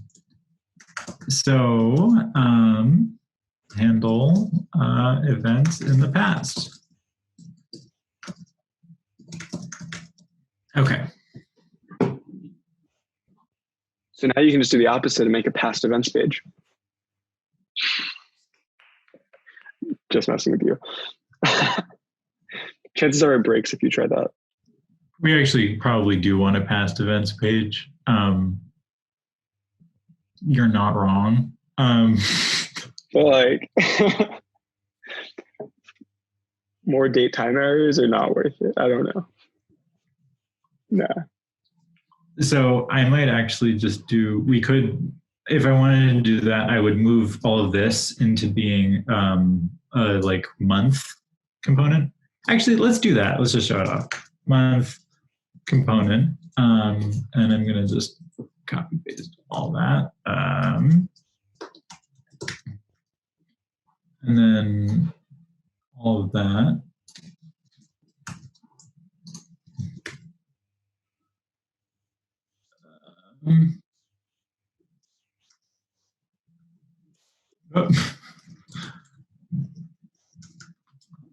Then do events, and we're going to do label or month, I guess. And then we'll do month here, and then we'll do events here, and then update that path to be there.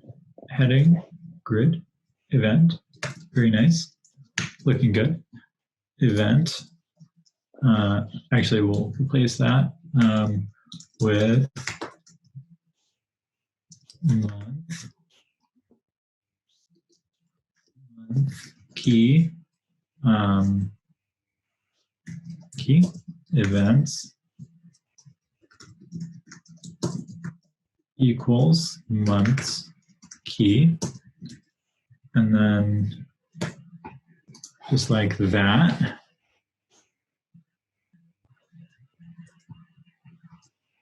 Refresh, looking good.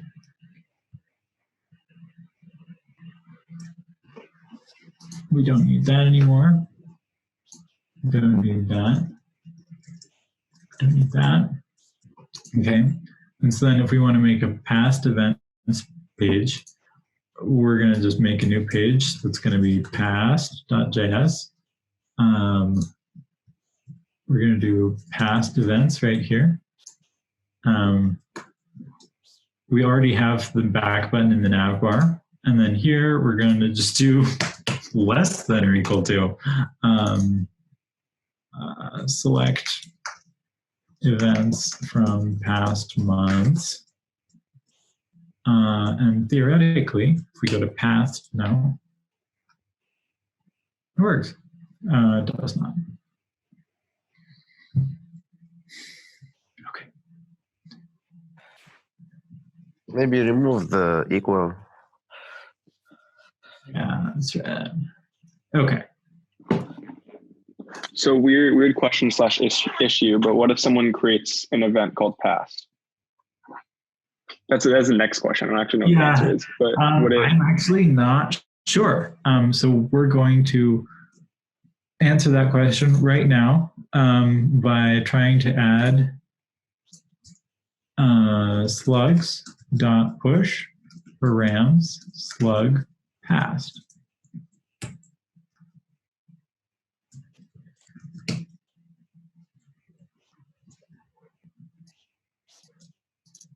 And if I do yarn build, let's see what happens.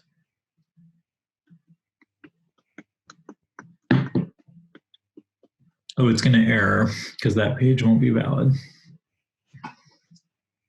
It will not error, it turns out. So if we want to actually see what Next is rendering, it's kind of buried. You can go inside the Next folder and then see a static. So it's just rendering. Okay, it looks like if you have a page called with the same thing as a dynamic route, your custom page will take precedence. Okay. So that's actually a really useful feature I had not thought of before, but that means that you could do this, but then if you wanted to make a totally custom page for one event, you could add one with that path and overwrite it. Yeah, it's neat. Very cool. Okay. I just learned something new about Next. Great. Past events. So, oh, right, we stopped there. Then let's add a button to view past events here. So we're going to need not only a button, but we're also going to need a link. Next, link. Box as action that's going to do text align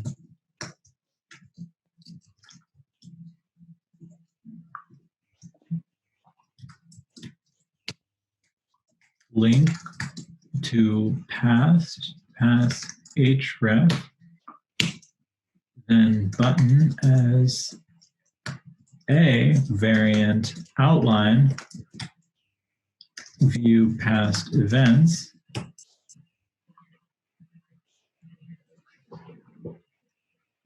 looking pretty good. And if we do a history, is there like a backup? I don't know, I'd love some kind of like little clock icon situation. I mean, a clock would do, but if there's like a... Is there an opposite of fast forward? I don't know. Yeah, that's what I was just thinking. Backward, skip back. That's kind of cool. Let's do it.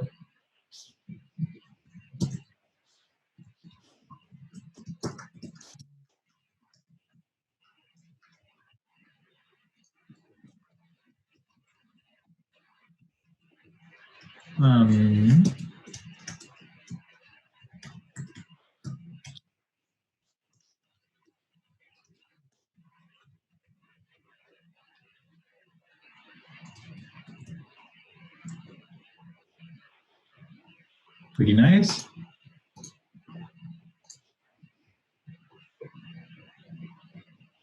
Okay. I think we did it. Matthew, were you envisioning anything else? No, I love this. I guess we could mock up a little form that would be for RSVPing. Yeah, so like I think that the big feature that still needs to happen is RSVPing and like reminders and stuff, which I will build. But yeah, I think that's it. I would also love to see like the by like separating it by week or something, or by think? Just for clarity. Yeah, because we do lots of events in a month, and if we add them all here, then it's gonna feel weird. Like, I don't know. It's probably fine the way it is actually, but I actually have a variant called interactive that will make these scale up a little.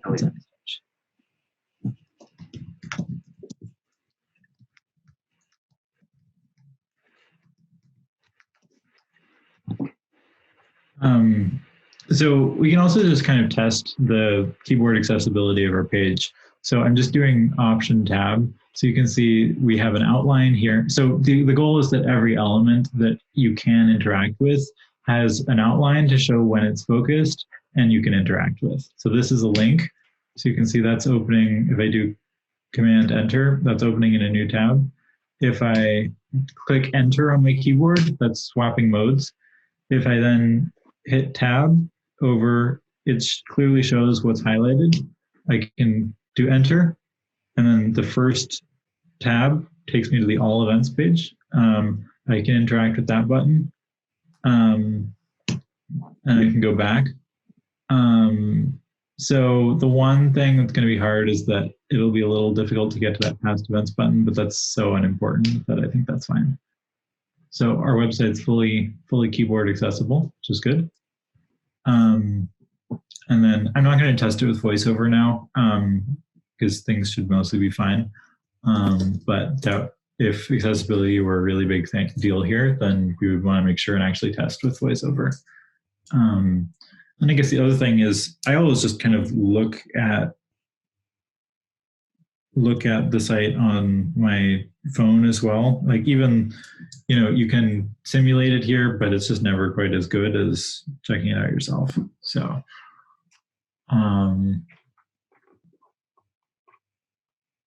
pretty decent. I actually think we want more padding on the event cards. They're a little bit tight there.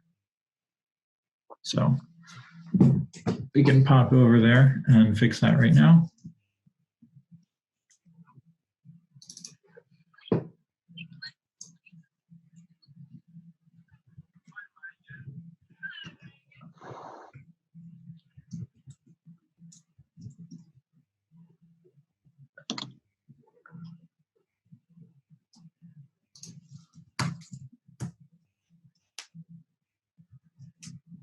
What? Oh.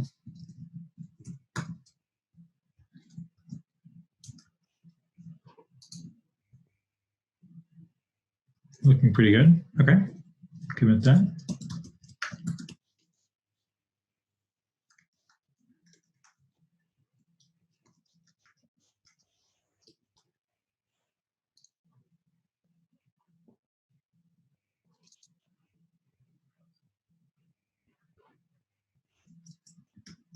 So I'm going to just show how I would build the form, but it won't actually be functional yet. So yeah, we're going to want a card. We're going to want a label. We're going to want an input. We've already got a button. So that should be fine. Oh, and we're on the wrong page. Never mind. Bug.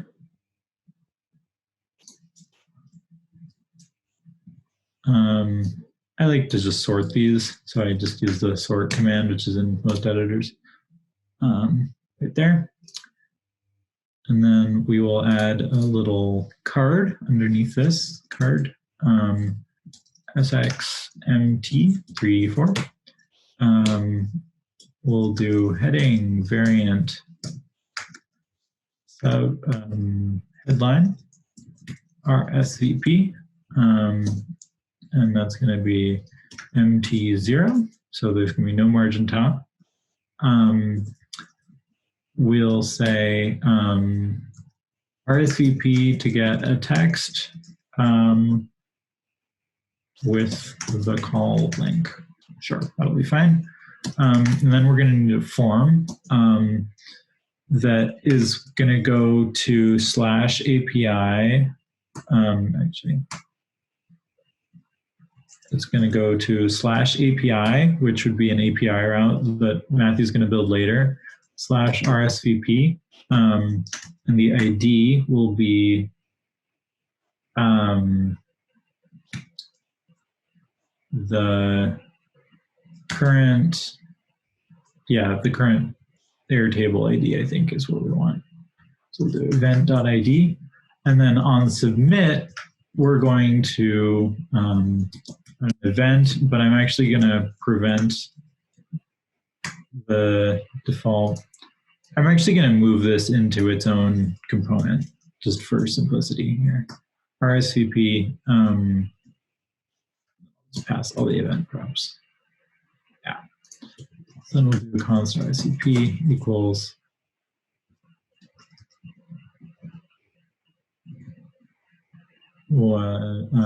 ID here. We're going to need some state, which is why I moved this partially. On the form, it's event ID or event point ID?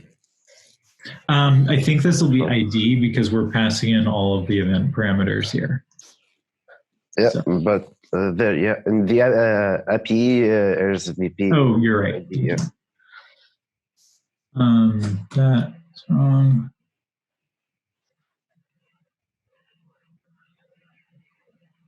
Why is this error?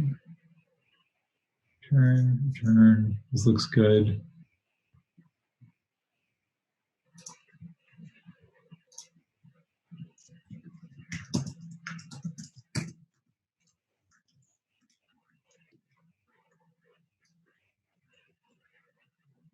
I made a mistake somewhere. I don't know where it is. Is it in there?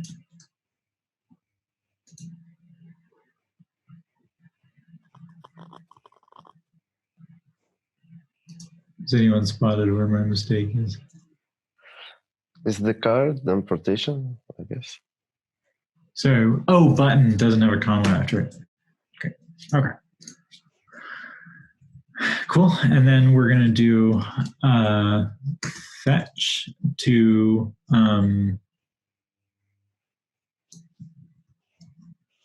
there with, I mean, I guess you don't need to do a post request. And then the data is going to be JSON.stringify data. Sure. And then our, I guess we'll say data set data. We're going to use the use state hook of React. Well, I guess we'll just put in a phone number. So I guess we don't need that. Phone set phone, use state to an empty string, and then we'll do status, set status, state. And so then we'll do JSON.stringify phone there. Then we will parse it as JSON. So basically what's happening here is I'm making a form that has an action to an API route. But then on submit, we're going to capture, so if the user has JavaScript enabled, which most people do, then instead of just taking them to that API route, it's going to show raw JSON to them. We're going to make that request in the background and then say like, you've RSVP'd with a little interactive UI here. So that's going to look nicer. So we'll then do label phone number, and that's going to be HTML for phone. And then we'll do an input type. I think tel is an input type. HTML input tel. Great. We always want to use the correct type on our inputs because that will that'll mean that on mobile it'll pull up, you know, on your phone it'll pull up a little keyboard, a keypad instead of just a letter keyboard. Also has accessibility benefits. So we'll do placeholder, you know, 555.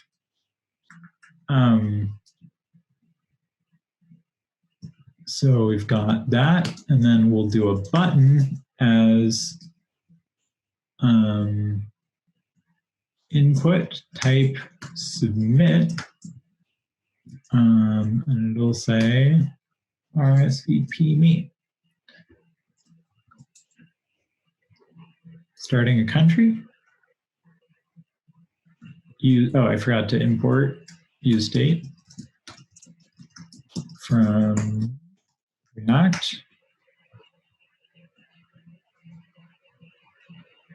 Children input. Oh, right. This is value. RSVP.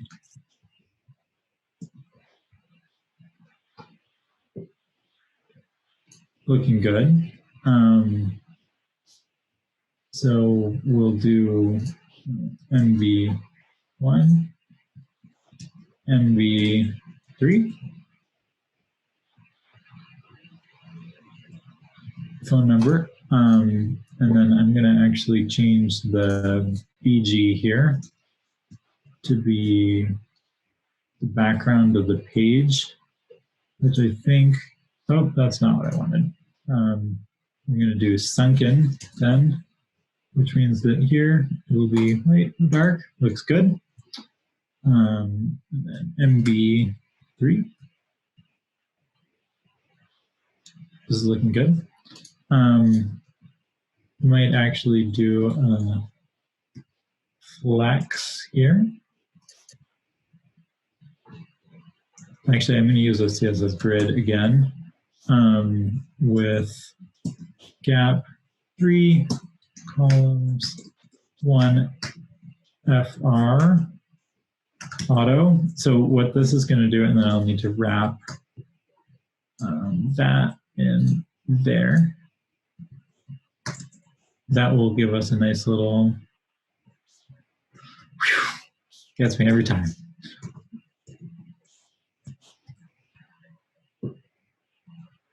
Oh, not looking good. We've got our label and our button. Oh, we'll just do add display block to this so that it's on its own line. Never mind. We're going to add a span here.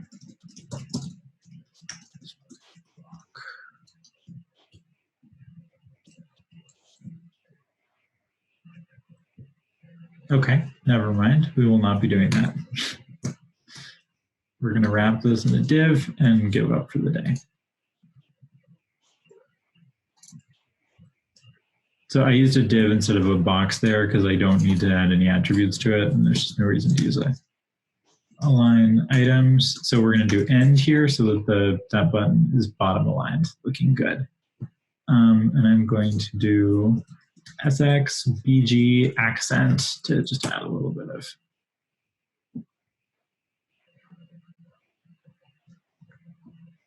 Great. So now, if I do that, we will see an error because that went to a 404 not found. But I could make an API route super quickly that doesn't actually have all our functionality.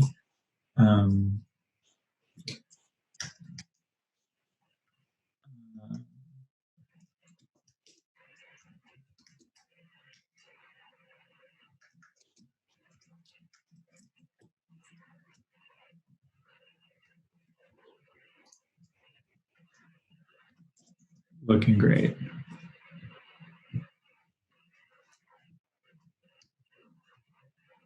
So then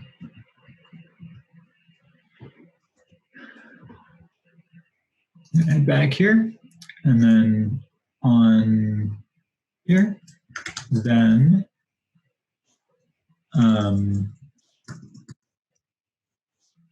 going to do set status to R. And then if status is success, then I will do success, otherwise we'll do accent. That didn't work. Why did that not work?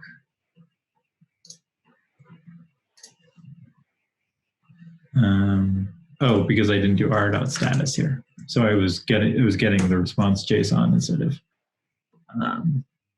what's the error here? Function ref? Oh, never mind. Oh, success isn't a color. It's, I guess I just have green. Amazing. So then again, I would probably change value here to be status is success. And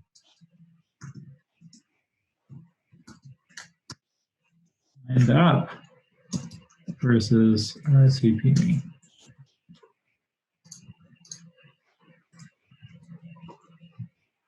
Pretty good. And then we could actually also, if you wanted to be able to sign up the multiples, we could use a use effect hook here. And then use effect, but then when status changes, we will set a timeout to set the phone to be empty and set status to be empty again after 1 second.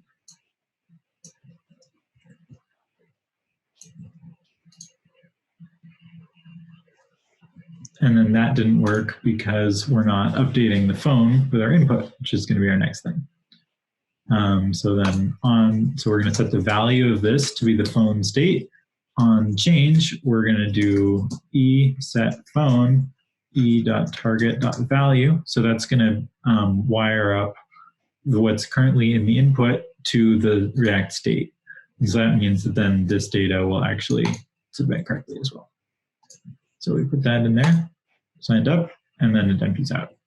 I might change that to 1.5 seconds for a minor usability thing. This is kind of a huge hunk of code, so I'm going to go ahead and move that into its own component now. rsvp.js, paste, export, default rsvp. Looking good. We don't need a few of these. Calendar, time. Looking good. And then we can come over here.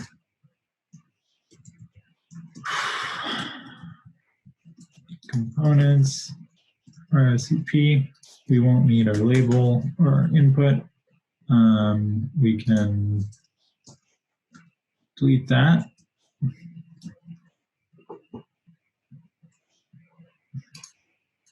Looking good.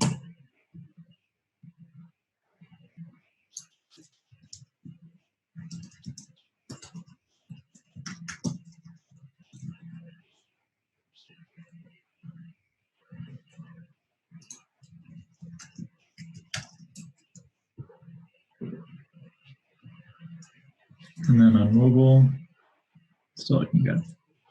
Dark mode, great. And we're using correct inputs, so keyboard accessibility should be excellent, and it is. Great. And so now we could right here use the Airtable API to add RSVPs to Airtable. We could interact with Twilio directly and send a text message like you just signed up, or anything else of that sort. So for now, I'm just gonna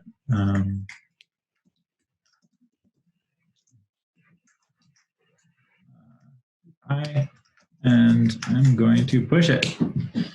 Okay, I think that concludes our session for the day because it has been over 2.5 hours now. Thank you to these 8 people who are still sticking around. I appreciate your tenacity and interest as we navigated date formatting and various other challenges that were far too hard. I hope that you learned something about using React, using Theme UI, using Next. I think one of my favorite parts of this setup is how quickly we were able to get it going. Obviously, it took a while to create a fully polished UI with all the features we wanted, but within the first 15 minutes, we had a static built site with all of this logic built out, and that's kind of great. So you can use these to build like an infinite number of apps, even without any other dependencies or APIs. Showing data and making a website around it is honestly a lot. I mean, what is hackathons.hackclub.com and workshops.hackclub.com, but like we're pulling data from an Airtable API and making it nice. And then we've got various pages that filter them, and we have a form with some React hooks on it. Like most of the apps many of the apps that I end up building are actually just a small remix of a lot of the same tools as kind of small building blocks, but built up with a nice UI. And to make like building that nice UI easier, I made Hack Club theme and use theme UI, and you can do the same, or you can make your own theme like this. But yeah, I mean, this is building a static site with Next. This is my favorite tech stack I've ever used. We didn't end up using MDX here because there weren't just like any areas of text, but it's basically the same workflow. So we have an accessible, really performant, light and dark mode enabled app that's available at Hack Club at events.hackclub.com. And all the sessions are there with Google Calendar buttons and all. Did that not deploy?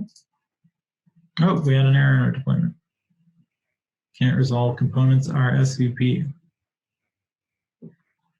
Oh, it's lowercase. Brilliant.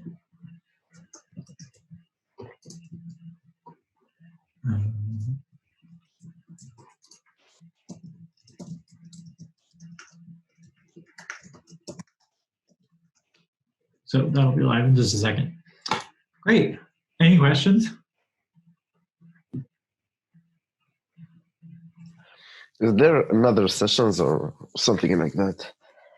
Yeah, there will probably be lots more soon. You could talk to Matthew about that, who will be coordinating. I haven't planned to do another one yet. I thought I was just going to see how this goes. Are there other topics or like things or like another of these people would be interested in? Well, I'd be interested. How did you get websites? Oh, sorry, go ahead. Oh, so how did you get started with Next? How did I get started? I've actually been using it since the very first release, like years ago. Next is one of the easiest frameworks I've ever seen to get started with, because if you want to make a new Next project, like without any of their boilerplates or anything, you can just make a new folder with a package.json and a pages directory, and you install Next, React DOM, and then you make a pages/index.js file, and you run Next in your command line, and it works. Like, that's it. And so you can check out their docs for obviously everything, and the team is super awesome and helpful when I've needed help. But they build in a ton of great tools like Style.jsx and all the data fetching stuff we use today.